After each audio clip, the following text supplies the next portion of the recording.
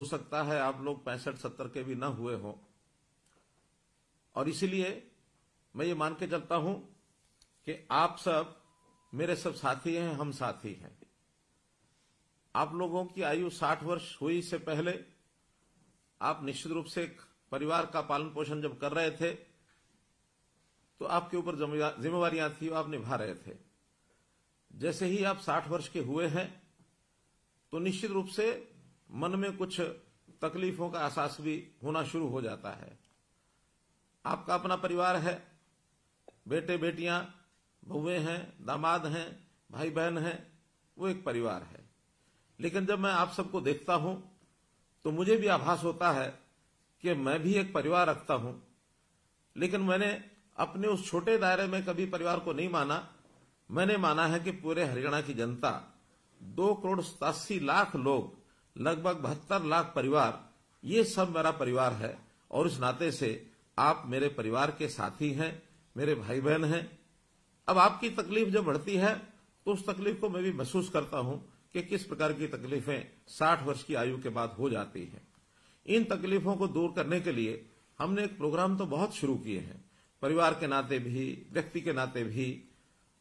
साथ ही एक बात जो हमको सबको स्मरण है कि कुछ वर्ष पहले हरियाणा के अंदर ऐसे परिवारों के लिए, ऐसे व्यक्तियों के लिए जिनकी आयु 60 वर्ष से ऊपर हो जाती है, उनको एक सम्मान निधि के नाते भी योजना शुरू की थी। और वो योजना शायद 100 रुपए के आसपास से शुरू हुई थी। समय बढ़ते बढ़ते उसमें बढ़ोतरी हुई और मुझे ध्यान है कि जब 2014 में हम लोगों ने सरकार संभाली तो उस समय ये पेंशन 1,000 रुपये मासिक थी। हमें लगा कि इसमें बहुत कमी है, इसको बढ़ाना चाहिए। लगातार हर वर्ष 200 रुपये, 250 रुपये, 200 रुपये, इस नाते से बढ़ाते बढ़ाते, और अभी 1 अप्रैल अगला जो 2023 का महीना शुरू होने वाला है, उस समय ये हमारी जो पेंशन है, जो सम्मान निधि है, ये 2,750 रुपये हो जाएगी। कहां 1,000 रुपया, कहां 2,750 रुपया। अब इस नाते से हम अपने प्रदेश के लगभग 18.5 लाख बुजुर्गों को ये हर महीने राशि पहुंचाते हैं। 460 करोड़ रुपए से ऊपर ये राशि हर महीने पहुंचती है। जब ये क्रम चलता हुआ हमने वर्षों तक देखा, एक बात और ध्यान में आई कि ऐसे सब बुजुर्गों को अपनी जब 60 वर्ष होने के बाद नई पेंशन बनानी पड़ती है तो उनको दफ्तरों के चक्कर काटने पड़ते हैं, दरखास्त लेकर के अपनी दस्तावेजों की फाइल बनानी पड़ती है, और फिर धक्के खा खा करके भी उनकी महीनों वर्षों तक पेंशन ही नहीं बनती है। कभी उनका सिफारिशी कोई नहीं मिलता उनको। बहुत से लोग बीच में एजेंट खड़े हो जाते हैं। उस नाते से एक तकलीफें, एक धक्के जो खाने पड़ते थे, ये एहसास जब हमको हुआ तो हमें लगा कि ये बहुत ही एक अन्यायपूर्ण एक व्यवस्था है, इसको बदलना चाहिए। हमने इसमें बदल करके जब परिवार पहचान पत्र बनाया और हर परिवार का डाटा ये हमारे पास आ गया, तो उस परिवार के डाटा के अंतर्गत हमको पता लगा कि कितने ऐसे व्यक्ति हैं जो कब 60 वर्ष के होने वाले हैं, आयु के हिसाब से उसकी जानकारी हमें तुरंत मिलने लग गई। अब 2 ही कंडीशन है किसी भी बुजुर्ग की वो पेंशन शुरू हो, या तो व्यक्ति 60 वर्ष का हो गया है, और या फिर जो 60 वर्ष का हुआ है वो दोनों पति पत्नी की आय ये 2 लाख रुपए से कम होनी चाहिए। जब ये 2 लाख रुपए की बात आई तभी भी ध्यान में आया कि यार 2 लाख रुपए कम नहीं है, हमें लगा 2 लाख रुपया ये कम है। तो इस अगले महीने से हमने इस आय को भी बढ़ा करके 2 से 3 लाख रुपया कर दिया है, और इस 3 लाख के करने के बाद बहुत से लोग इसमें नए और जुड़ गए हैं। तब ये भी व्यवस्था बनाई कि जिस महीने में 60 वर्ष का व्यक्ति हो जाए उसको तुरंत अगले महीने से अपने आप पेंशन शुरू हो जाए। मात्र एक कागज पर आपको साइन करना होगा। कोई भी सरकारी कर्मचारी आपके यहां आपकी सहमति लेगा, क्योंकि सहमति लेनी भी आवश्यक है। बहुत लोगों ने ऐसे भी जो हमको मिले हैं जिन्होंने कहा था शुरू में जब व्यवस्था शुरू हुई कि हमको तो पेंशन की जरूरत नहीं है, इसलिए हम कहेंगे तो ही तो पेंशन देनी होगी। इस नाते से हमको ये भी लगा कि ऐसे बहुत से लोग हैं जो शायद ऐसे अवस्था के बाद भी उनको लगता है कि इस पेंशन का सरकार के ऊपर बोझ न डाला जाए, तो अपनी असहमति भी प्रकट करते हैं। उसी में से व्यवस्था निकली कि एक बार 60 वर्ष का होते ही एक सहमति पत्र पर हस्ताक्षर जरूर लेने चाहिए। तो हमने लेने शुरू किए हैं। 1 ही महीने के अंदर अंदर वो सहमति पत्र के साइन भी हम कराते हैं, और उसके बाद उन लोगों से जो सहमति पत्र देते हैं अपने आप ही, और ये जो पेंशन है ये जाना शुरू हो जाता है।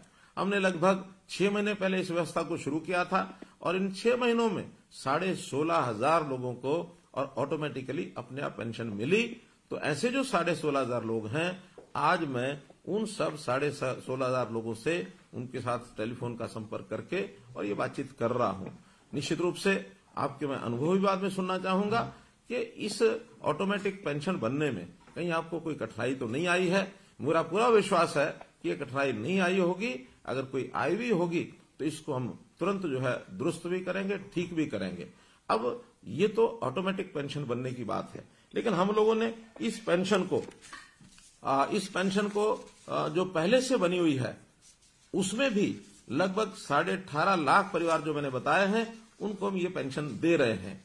और इस पेंशन के माध्यम से मुझे ये भी ध्यान है कि आखिर तो हम परिवार वाले लोग हैं, हमारे बेटे बेटियां पोते पोतियां हमारे सब परिवार के लोग, कभी कभी उनको सहयोग करना पड़ता है, उनको मान सम्मान करना पड़ता है, उनको कोई कहीं ना कहीं दान दक्षिणा देने की भी हमारी मन की इच्छा होती है, तब भी हम देते हैं। तो एक सुविधा ये हरियाणा के लोगों को जो मिल रही है, लगभग 27,500 रुपए की जो अब योजना अप्रैल से बनी है, ये भी एक दावे के साथ मैं कह सकता हूं कि इतनी राशि केवल हरियाणा प्रदेश ही है जो ये 27,500 रुपया और ये दे रहा है, और किसी प्रदेश में इस प्रकार की व्यवस्था ये ऐसी नहीं है। तो मित्रों, भाइयों बहनों, मैं तो आपको आज यही कहूंगा कि हम लोग जो ये एक लाभ सरकार से ले रहे हैं, तो इस लाभ के बदले में हम लोगों को, क्योंकि हमारी आयु भी 60 वर्ष ही हुई है, तो 60 वर्ष होने के बाद आखिर व्यक्ति का शरीर स्वस्थ रहता है, काम करने योग्य रहता है, तो हमें अपने इस आयु के पड़ाव में आकर के अपने काम के साथ साथ सामाजिक कामों में भी जाना चाहिए। ऐसे जितने भी हमारे रिटायर्ड लोग हैं, जितने ऐसे बुजुर्ग हैं या नौजवान भी हैं जो अपने आप एक स्वयंसेवक के नाते, एक वॉलंटियर के नाते काम कर सकते हैं, उनका भी एक पोर्टल बनाया है। उनको हम रजिस्ट्रेशन कराते हैं और रजिस्ट्रेशन कराने के लिए अगर अपना मन माने कि हमको आखिर कोई ना कोई समाज का काम करना चाहिए, क्योंकि जैसे मैंने कहा ये समाज है, ये हमारा परिवार है, एक छोटा परिवार जिसके अंदर हम पैदा हुए, हमारे आगे परिवार के सदस्य, बेटे बेटियां, बहन भाई, हमारे जो दोते धोतियां, पोते पोतियां और हमारी बहुएं, हमारे दामाद, एक परिवार। दूसरा परिवार ये सारा समाज, ये भी एक परिवार है। वसुधैव कुटुंबकम, ये बात हमारे ऋषि मुनियों ने भी हमेशा कही है कि अपना जो मन है ये बड़ा करना चाहिए। ऐसा कहते हैं, अयम निजा प्रोवेति, यानी ये मेरा है, ये तेरा है। गणना लघु चेतसाम, ये छोटे दिल के लोग करते हैं। उदार चरिता नाम तो, बड़े हृदय के लोग वही होते हैं। वसुधैव कुटुंबकम, जो पूरे विश्व को, पूरे संसार को अपना परिवार मानते हैं। आखिर अपनी सोच हमको बड़ी करनी चाहिए, और अभी तक हमने शायद अपने परिवार पालन पोषण में ही सारा समय लगाया होगा, लेकिन एक आयु के पड़ाव के बाद, जैसे हमारी प्राचीन परंपरा होती थी वानप्रस्थ आश्रम की, तो इस वानप्रस्थी आश्रम के अंदर जाकर के हमको समाज की भी चिंता करनी चाहिए, क्योंकि कभी भी कोई एक अकेला व्यक्ति या एक अकेला परिवार ये अपने आप में पूर्ण इकाई नहीं हो सकते, अपने आप में सारा काम अपने आप नहीं कर सकते। हमको प्राय सभी काम करने के लिए समाज की भी आवश्यकता होती है। यदि सारे समाज की हम चिंता करेंगे तो समाज हमारी भी चिंता करेगा।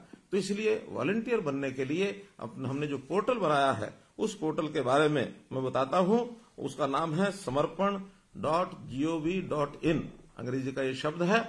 आपको अगर न ध्यान में आए तो आप निश्चित रूप से आपके गांव में जो भी कोई कंप्यूटर के नाते से जो कोई वहां साझा सेवा केंद्र है, अथवा जिसको CSC कहते हैं या अटल सेवा केंद्र कहते हैं, या कोई भी कंप्यूटर जानने वाला व्यक्ति, उसको हम बता सकते हैं कि मैं भी अपना नाम वॉलंटियर इस नाते से उसमें जुड़वाना चाहता हूं।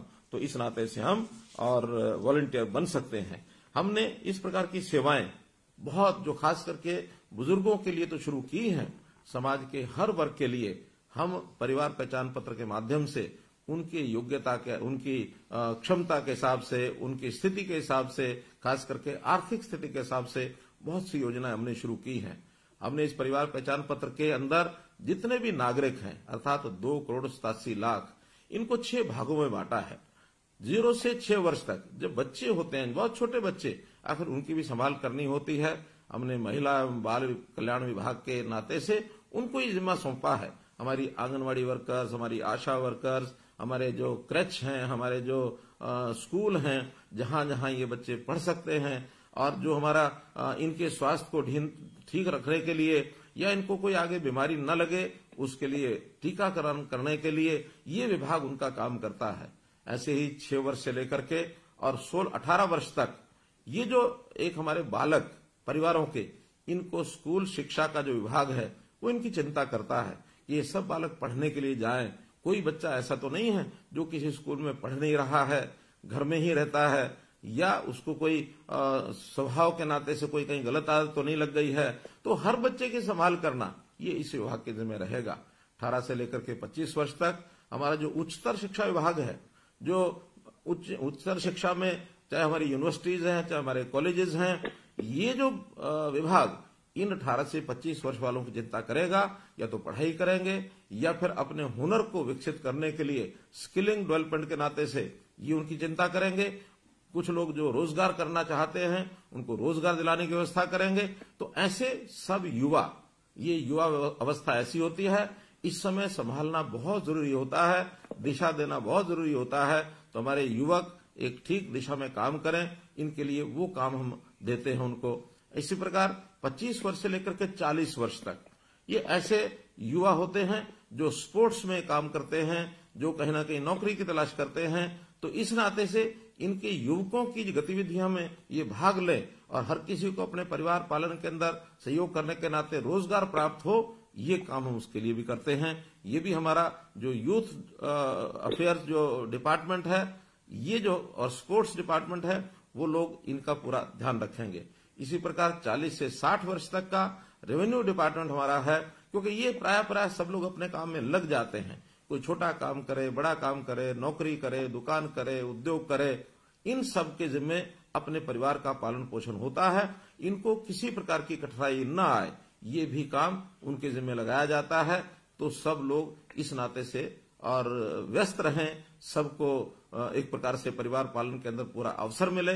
तो इस प्रकार 60 साल तक और 60 साल से ऊपर की आयु के वर्ग के लोग, जिसमें हम शामिल हुए हैं, ऐसे सब लोगों के लिए जो हमारा सेवा विभाग है, सेवा विभाग के जिम्मे ये लगाया है कि 60 वर्ष से लेकर और जितने वर्ष तक की आयु प्रभु ने हमको दी है, उस वर्ष तक सबकी संभाल ये सब करें।